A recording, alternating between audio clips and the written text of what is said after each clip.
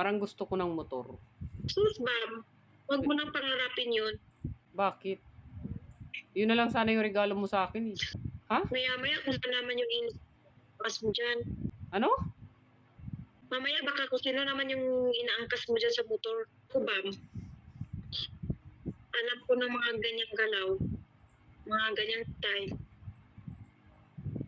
Service bam, service. Hindi ko na magagamitin sa pambababae yun. Service mo magsundo sa babae? Ay nako. Sus, Service. wala akong tiwala dyan sa mga ganyan-ganyan. Lalo na nasa malayo ako.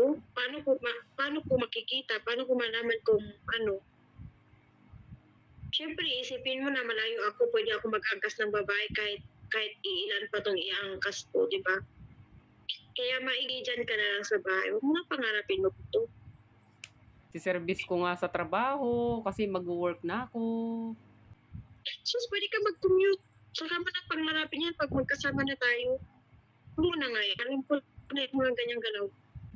Mga ganyan. Ay nako.